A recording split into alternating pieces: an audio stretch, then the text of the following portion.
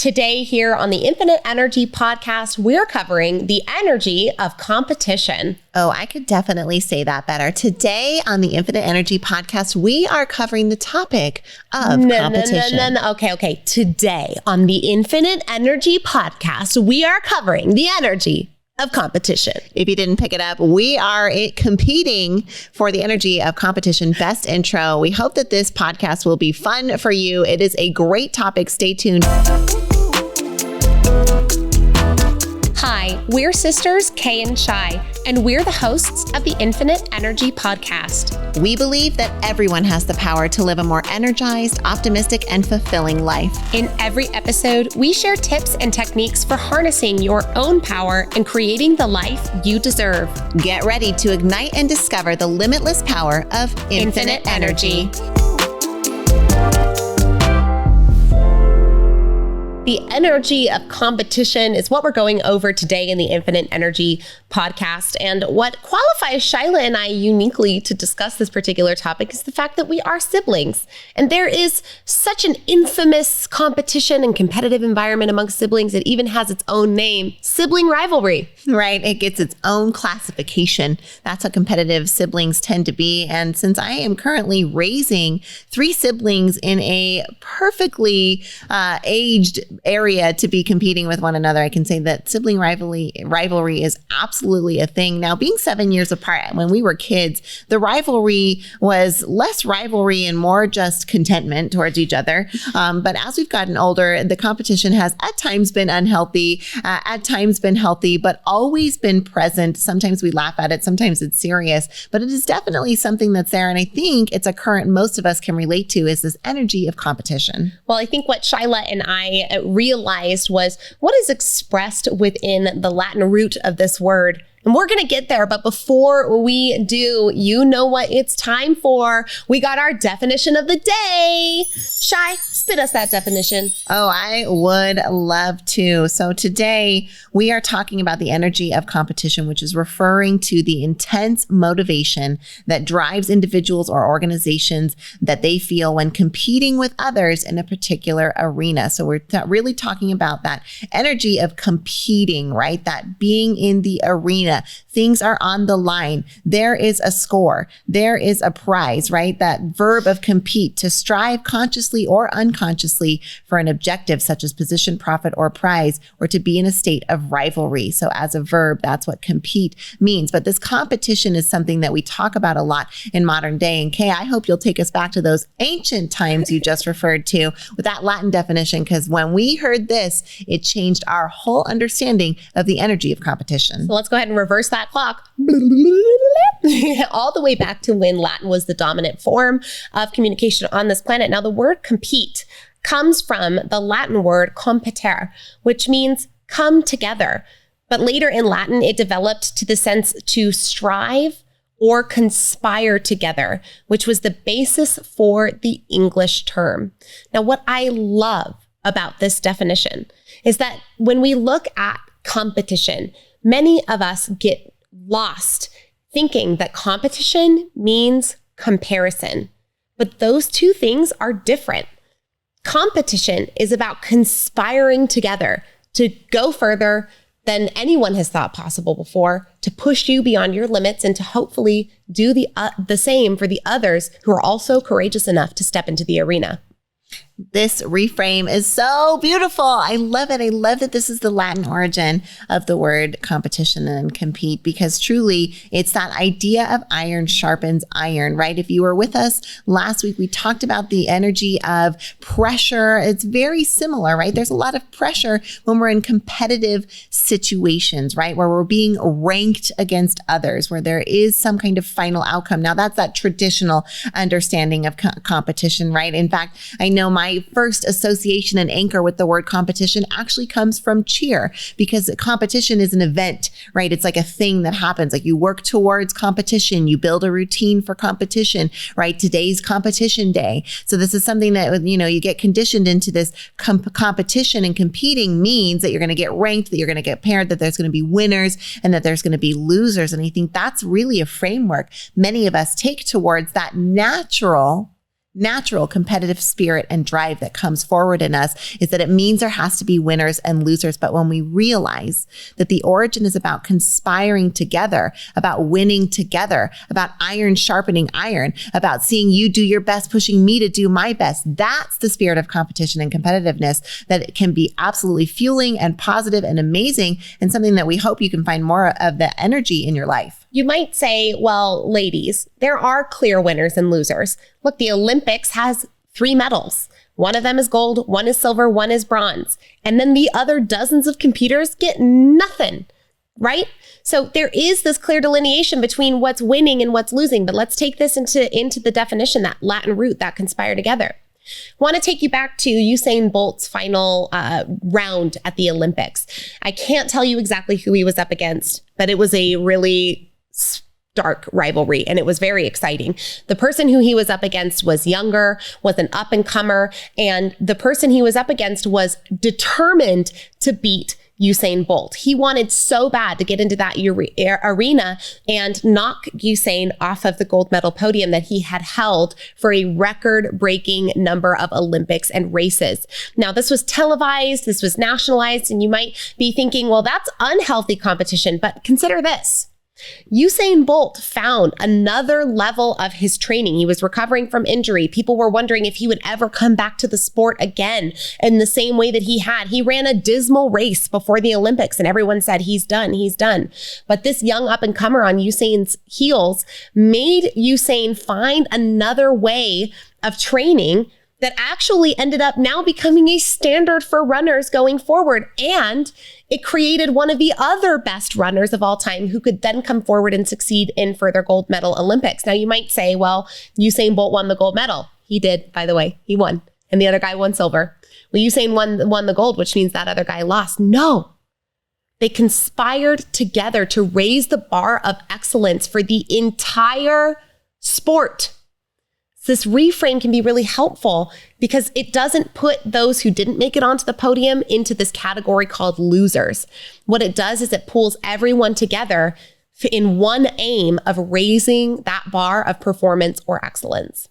Now, Joseph McClendon often tells us at the Neuroencoding Institute that we want to compare ourselves to others in order to have inspiration. We want to compare ourselves to our past self in order to measure our progress. Now, it's very similar in that energy of competition that lives inside of us, right? Many of us have natural competitive spirit, right? We all have this desire to succeed, to do well, to be applauded for doing a good job, for being recognized, right? We have that innate desire to succeed. And so if we apply this then to that same thing that Joseph brought forward, we see that it is the same, because many of us try to compete against others. And that's the natural way for us to give that energy, right? Compete against others. But when we start competing against our past selves, this is a way that we can start to internalize that competitiveness that's healthy for us and that allows others to then see us as an example and conspire together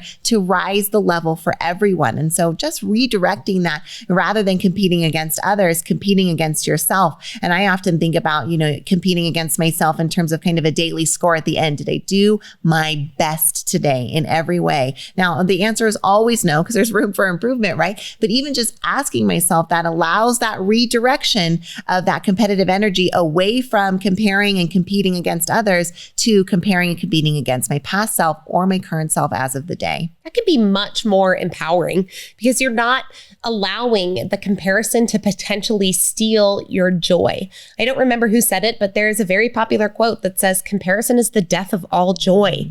And when we allow comparison to turn into competition because we're trying to be better than someone else, we're allowing someone else's status or achievements dictate our thoughts and emotions. Now, I don't know about you, but I am not a big fan of giving my power or my control away, period. I don't like doing that. And sometimes we do it unconsciously. Comparison that leads to unhealthy competition can be one of the fastest paths to doing just that. Now, in the rest of today's episode, we're going to talk about where you experience competition, how it can get unhealthy, how it can be healthy for you, and what you can do to harness the energy of competition in order to drive your performance. But before we get to there, I just want to bring up really quick this idea of competition being that innate biological place, right? Like from a survival perspective, we want to compete with others because in the past and in the animal kingdom, before we had all this cushy advancement technology around us, right? Like we were competing against others. The slowest person literally was the one who ended up being the prey. And so it is an innate biological factor. And so there's nothing wrong with it. It's just that conscious awareness that you were just mentioning, Kay, that I love. And so being able to understand that this is an innate piece of all of us helps us better utilize it for our growth. So stay tuned for the rest of the episode while we dive in more to the energy of competition.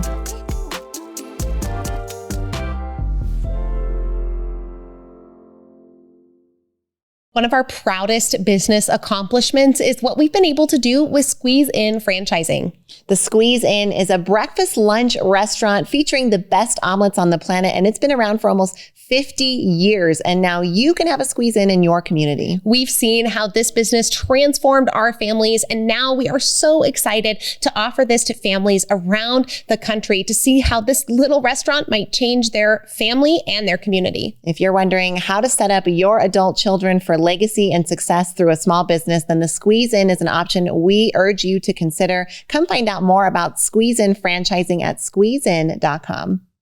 We're talking leadership this week, and one of the organizations we are so proud to be at the helm of is the Neuroencoding Institute. We got to co-found the Neuroencoding Institute alongside Dr. Joseph McClendon III, amazing world-renowned neuropsychologist and incredible mentor and teacher. If you're at all interested in learning more about what the Neuroencoding Institute does and what it can do for you, please visit neuroencoding.com. You're enjoying this episode on Angel Phoenix Productions Podcast Network. To explore a complete lineup of quality programs and media production services, head on over to angelphoenix.com or like our Facebook page at facebook.com/Angel Phoenix Productions.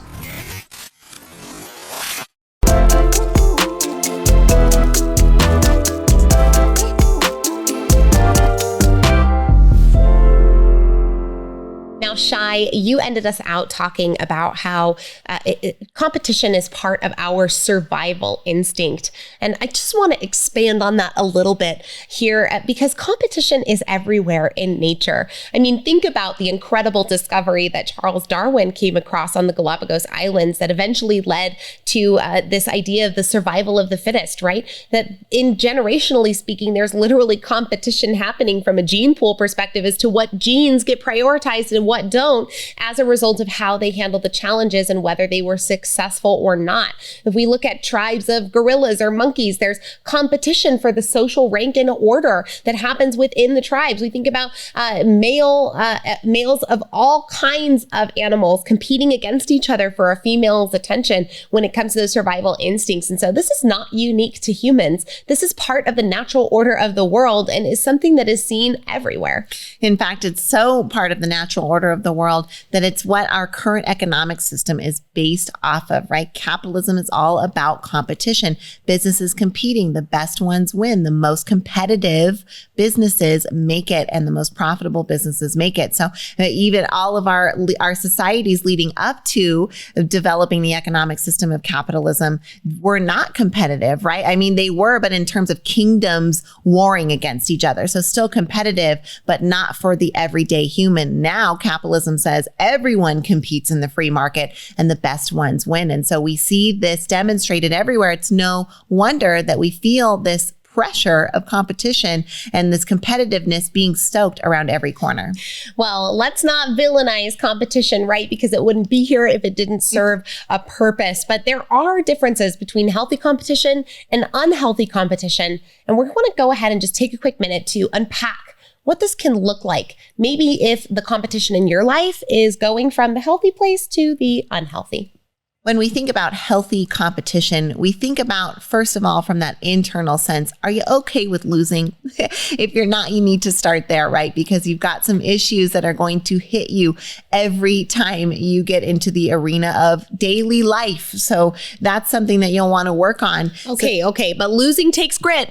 I don't want you to pass beyond this because grit and grace. Being willing to lose is a really cute way of saying something that is really difficult and hard, and that we're programmed to not want.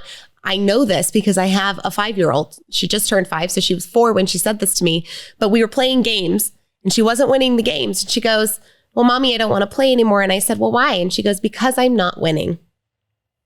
Isn't that interesting? Anyone who is a parent and is raising kids has seen their kids go through this. When they are losing, they're mad. They want to quit. They don't want to be part of the game, right? That is that internal piece built in, right? So we have to get good at that. It means building that muscle, which means losing a lot, unfortunately, and getting good at it. But hopefully you are a character that is working on crafting yourself with intention and growth. We know that because you wouldn't be here if you weren't. And so hopefully when you lose at Uno, you've got that down. You're good with losing. In fact, I was playing a round of Uno with my daughter this morning, and I was drawing cards even though I could have played because I wanted the game to extend, right? And I do like her to win, but I just didn't want it to end that early. And so getting to that place, but not all competitions are as easy to lose at as a game of Uno with your 9-year-old. Many of them, we have a lot of invested feelings. And so when we lose, that can be really hard. But besides getting right with losing, which is it's subject of itself, we want to make sure that when we are in an arena of competing, that a few things are there. First of all, that the rules are fair, that the rules are stated and understood, and that there's respect for both sides, not only for the rules, but for each other. And then finally, that sense of collaboration. Even when we see two professional sporting teams coming together, they know that they're collaborating for the benefit of the audience and for the benefit of the teams and the owners and the players and the league at large. So there is that we need this idea of shared rules and understanding, respect for each other in the process and the audience and the game. And then that sense of collaboration. We're here to create an experience together or do something together. Even though there will be a named winner or loser, still the experience at large is considered. You know, a healthy competition display that I just adored seeing was in the Tokyo Olympics and the pole vaulting competition. A world record was actually set in pole vaulting. It was beautiful, but the gentleman pole vaults and then his competition pole vaults and they have the same score. And okay, great. So they move it higher. And the first place guy goes and he pole vaults. And then the second place guy goes, and he pole vaults, and they both score the same score. And so they go at it a third time. First guy pole vaults, second guy pole vaults. What do you know it? They come again with the same score. Ultimately, they went through 5 rounds of competition going through this and achieving each time the same score. Now, the moment that I love the most about this is that the two of them are discussing about what it would look like and what does this mean and should we forfeit right now? And then they looked at the organizer and they did something that's never been done before because the question had never been asked before in the Olympic territory. They said to the organizer, "Can we share the gold?" And the organizer said yes. So both countries got to take home the gold because they tied, because no one could beat each other in this pole vaulting competition. But talk about a healthy spirit of coming together, of collaborating together, of respecting each other, of creating an environment of fairness. And they couldn't beat each other. They said, can we share it? And historically created something brand new, which is a gold medal tie for the Olympics. Now, we love this example. I love that example so much. It's a great video. It's a feel-good story, right? We love that. Unfortunately, there's lots of non-feel-good stories when it comes to competitions. Probably more non-feel-good stories. Yeah, and historically speaking, it has been littered with them, right? When we think about unhealthy competition, we think about it when the stakes aren't even, when the rules aren't understood, when there's unfairness abound, when there's hostility involved, and when there's ego-driven decisions being made. Now, all of those sound like a minefield of disaster, and they are the realms and the arena of unhealthy competition. And as Kay mentioned, unfortunately, they come up more often than we might like. Now, we've got an example of unhealthy competition, and this might rub some of you the wrong way. So just be ready. Warned. Consider yourself warned. Trigger warning. You may have heard of the name Andrew Carnegie, a celebrated industrialist in our history. If you've never heard of Andrew Carnegie, then you won't be mad because you probably don't have a preformed opinion of him. But many think of him as this railroad industrial guy. He really helped to establish the railroads in our country and was a main driver at the front of the Industrial Revolution. Andrew Carnegie is also the reason that the U.S. has anti-monopoly laws, that the U.S. has laws against quelling labor unions, that the U.S. has laws against unfair workers and unfair compensation to your workers. In fact, many of the labor laws that we have in place today are because of the unfair competitive practices that got brought about by Andrew Carnegie. He was extremely ego-driven and would perform hostile takeovers on smaller railroad companies in order to create the Union Pacific Railroad. He was very unfair in his dealings. He would pay minimum wages to people and expect them to work ridiculous hours. I mean, like up to 22-hour shifts. And he would say to people who would complain, well, I can get on with only 2 hours of sleep. Can't you? Right? To talk about unfair, hostile, and ego-driven, it can create major advancements. And technically, I guess Andrew Carnegie won because he created the Union Pacific Railroad and was the monopoly guy. And, you know, he's still has some of the most wealth is in his family's name. So I guess he won, but was it at maybe the price of the spirit of what competition's meant to be, which is that conspiring together? Such an excellent example of unhealthy competition, right? He was the game of capitalism. He absolutely won, right? That is where we just talked about, right? Amass profits and wealth, grow your business empire. That's what Carnegie did, but he did it in an unhealthy way that created a lot of strife and hurt for others. And I would imagine that he wasn't a very happy individual on the inside either, because that sense of competitiveness that poisoned over decades with those kinds of actions can't be a fun internal experience. But those are my own judgments, and I'm not here to say yay or nay on those, but the example is so prudent of what unhealthy competition can look like, right? Or we think about, right, like the classic example of the gladiators, right? Like they have no chance against the creatures and the beasts that they're up against. So these kinds of ideas of unhealthy competition where people are put into circumstances that aren't right? Or refugees that are competing for space on a boat or to come over a border for life chances or for their children. There's real unhealthy competition abound, but we wouldn't be on this show if we weren't talking about the positive sides of it. So it's important to recognize that competition often turns unhealthy, and maybe not in that grand sense either, right? It's unhealthy when you're competing in that way against others continuously, or you feel like you have to compete at everything, right? Like not everything's a competition. That's having twins. Ooh. Let me tell you, I don't know how many times I've said not everything is a competition to those two. So they're like, talk about an example of that innate drive to compete being demonstrated through the kids, and then having to say it over and over, like it's running to the car. It's not a competition. Brushing your teeth is not a competition. Putting on your clothes faster isn't a competition, right? So that drive is there, and it's so interesting to observe. But as we move into our final segment here, really thinking about this energy of competition and how you can ignite it in your life so that it can help you do all the things that you want.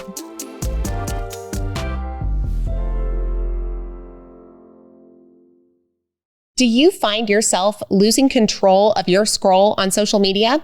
If you do, then you want to stay tuned to join the Simply Social Club with Kay and I. We've got an awesome challenge for you where you have the opportunity to detox from social media for 48 hours, 7 days, 14, or even 31 days right along Shyla and I. So go to kayandshy.com/simplysocial and find out a little bit more, and hopefully you'll take a pledge alongside us. We'll see you in 2023. See you in the club. You're enjoying this episode on Angel Phoenix Productions Podcast Network. To explore a complete lineup of quality programs and media production services, head on over to angelphoenix.com or like our Facebook page at facebook.com/Angel Phoenix Productions.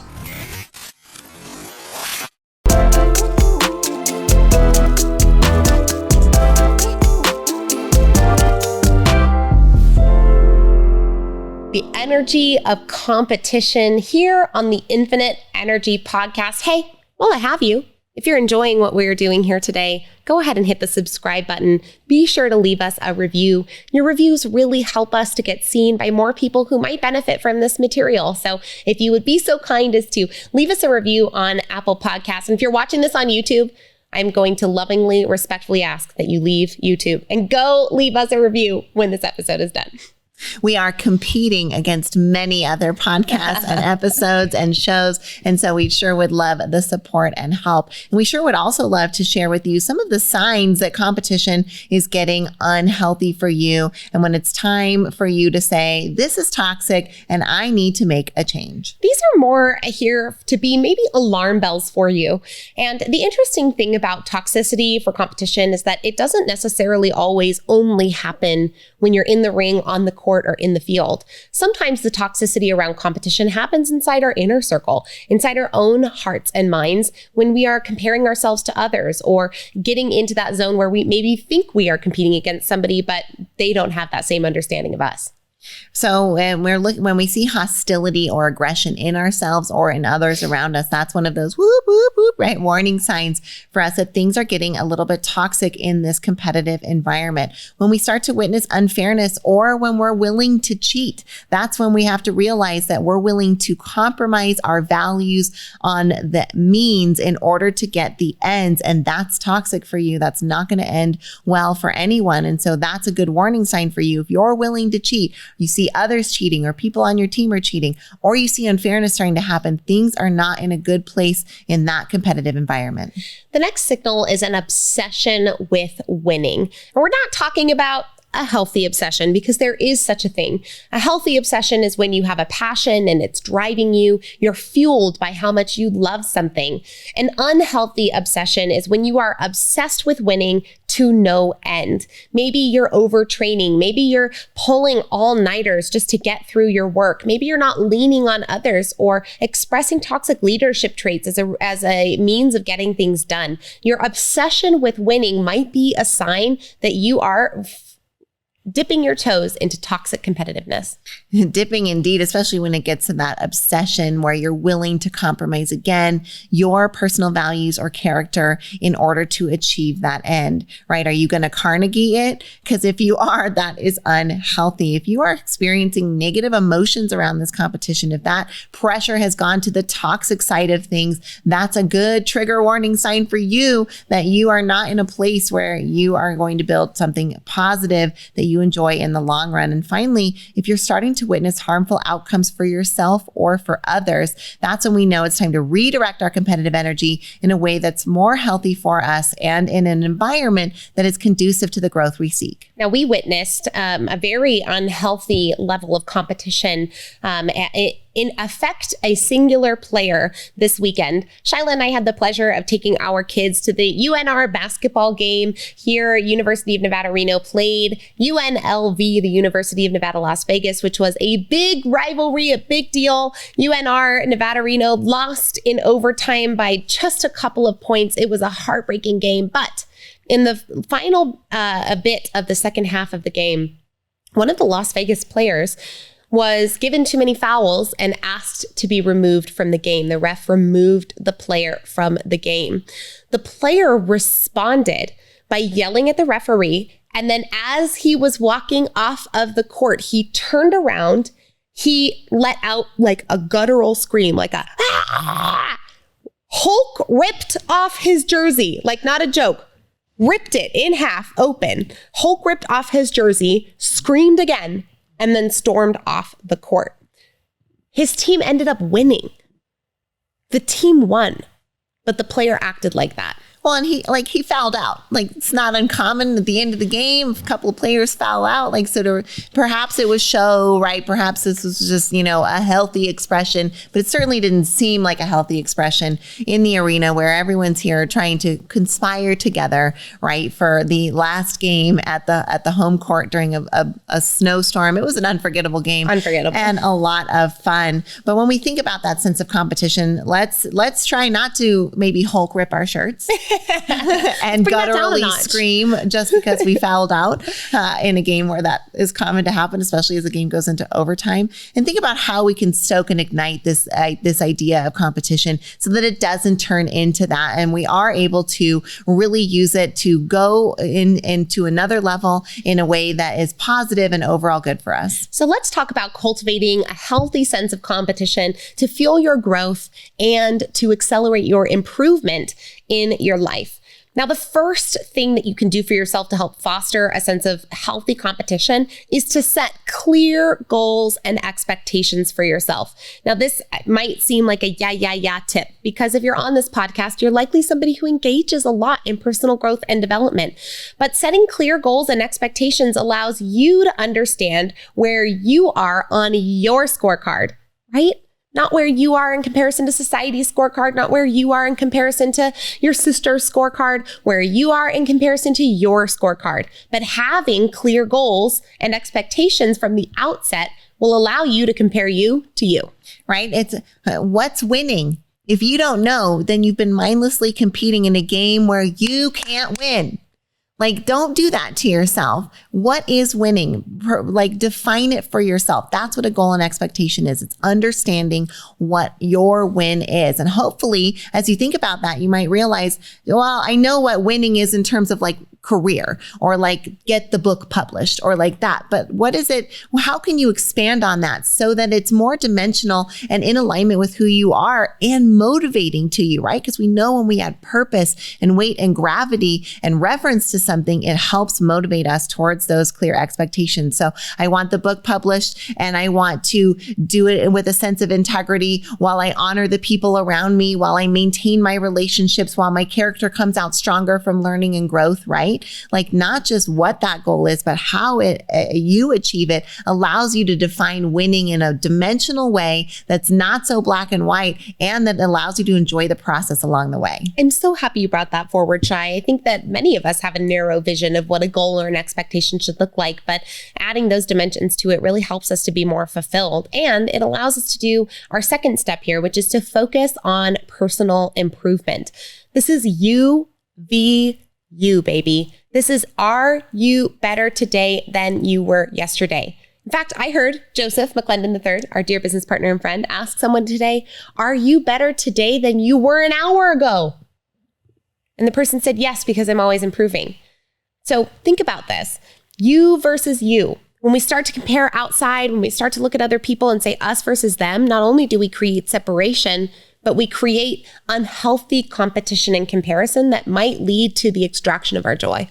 All right, next up, we want you to celebrate success. And not we want you to, you want you to. Yeah. It's scientifically proven to help strengthen the neural pathways in your brain that allow you to have resiliency, to have positive mindset, to accomplish your goals, and to do so much more. Like, enjoy your life along the way, which is what you want to do. So celebrate your successes. And when you've defined what winning is, when you have clear goals, when you know what each day should look like in terms of how you carry yourself, you v you, then you can celebrate those successes. You get to the end of the day and say, yes, I am better than I was an hour ago, than I was this morning, because I stretched, because I meditated, because I got my workout in, because I drank plenty of water, because I spent meaningful time with my family, and I put in time towards that goal that I want to achieve. And so I've won, and I want to celebrate that success. I want to pat myself on the back. I want to give a smile, give that moment of recognition. 17 seconds is all it takes for that to sink in. So give yourself 17 seconds. I know you've got it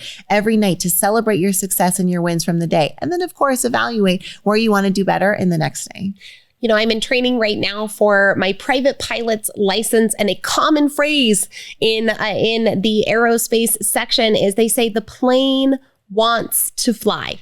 The plane wants to fly. It's built for flying, and you can actually feel it right before it lifts off of the runway. When you're in the plane, you can feel it. It starts edging up, like it wants to hop off of that runway. It wants to go. Your brain is the same way. It was designed for celebration. Just like the plane wants to fly, your brain wants to celebrate. So give yourself the gift. Next up, this tip is an easy one to say, but a hard one to implement. Emphasize fairness and respect, both for yourself and for other people. Look, if you started on a journey 1 month ago and you are putting yourself into a competitive league with someone who's been on this journey for 10 years, you are not giving yourself fairness, and you are not being respectful to yourself, because comparing yourself to someone else who's way further down the journey is only going to make you feel bad about the progress that you have accomplished. Now, ultimately, we know when we stoke a healthy competitive spirit that it enhances our motivation, it enhances our outcomes, it improves our performance, and it gives us a higher quality of life, which means it's really good for us. It's already an energy that's flowing inside of you, which means bringing awareness and intention to it, stoking it and cultivating it, and then directing it towards what you want and using it to accomplish those things can only help you live a better life, which is what we're all about here on the Infinite Energy Podcast. We hope that you have enjoyed today's topic, the energy of competition. We've certainly enjoyed spending this time with you, and we hope you know that this episode is coming at you with so much love from your sisters, Kay and Shi.